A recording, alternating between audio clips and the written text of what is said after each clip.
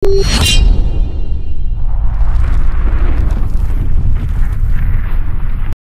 barangay Calaisan. Kaning ako ang pagabasahon, murag wala ni siya brief history sa ato ang barangay. Okay? Usbon ako may mutag kanatong tanan. Ang atong barangay Calaisan, kani atong panahon sa wala pa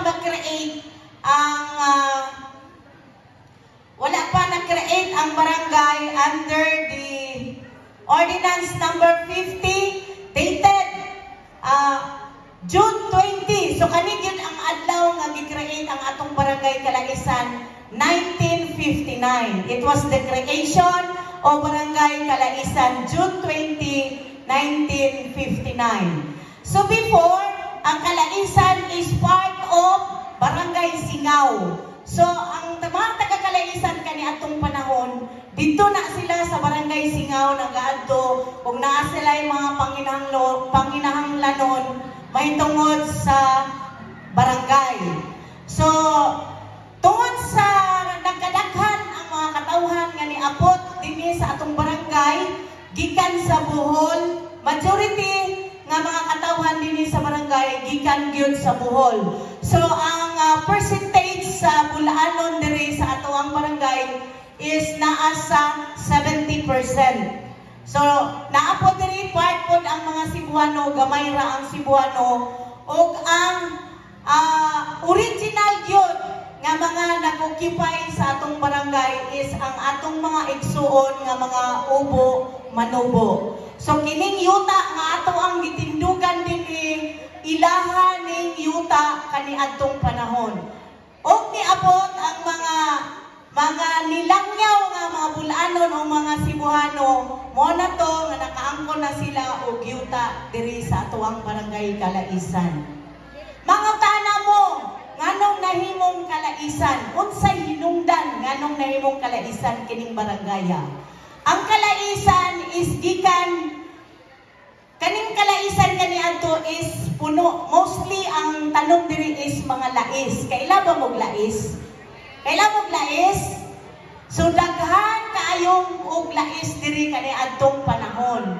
Unya kay mga bright man ang mga Bulanon, gisumpayan nila og lais og kanangka.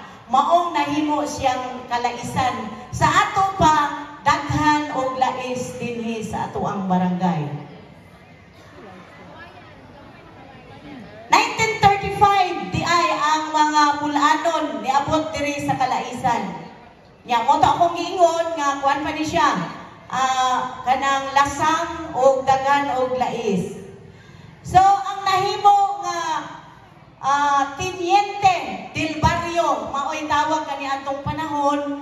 Ang pinakaunang Teniente del Barrio mao si Mr. Siriaco Pagikan. Katong sa pag-create yun 1959 to 1965. Before kay Siriaco Pagikan, naunang yun si Roman Hamero before kay Siriaco Pagikan. From 1965 to 1970, ang akong lolo, si Cipriano Panong Igalinos, nahimuusap nga Teniente del Barrio dinhi sa atuang barangay. From 1970 to 1975, si Mr. Ramon Ferraren maoy nahimong kapitan ug usa-usab ka original nga nag-donate sa atuang barangay cemetery. Nihatag siya atong panahona og 1 ka hektarya intended para sa sementeryo sa atuang barangay Calaisan. From 1975 to 1986, ang nahimong kapitan niadtong panahona walay lain kundi si Mr. Pedro Sarong Sr. Kung isundan kini from 1987 to 1996 si Mr.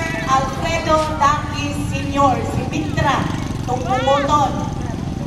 O from 1996 to 2013 ang nahimong kapitan ani si Mr. Ezekiel Apolona.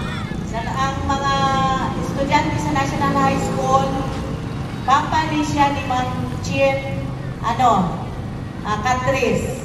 O gikan sa 2013, imagine mo, pila nakatuig ang atong kapitan, 2013, up to present, ang atong maabdi kong kapitaan, Nilo A. Barrete.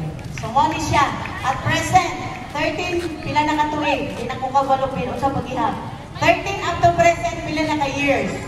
So, anak, kadugay na ang pagservisyo ni Kapitan sa atuang barangay. So, wala ko na, wala ni sa brief history kung unsa, nganong nahimong barangay ang atong kalaisan.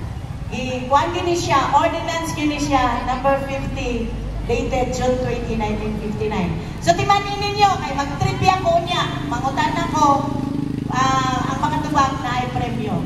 So, mura to kap, no? Okay.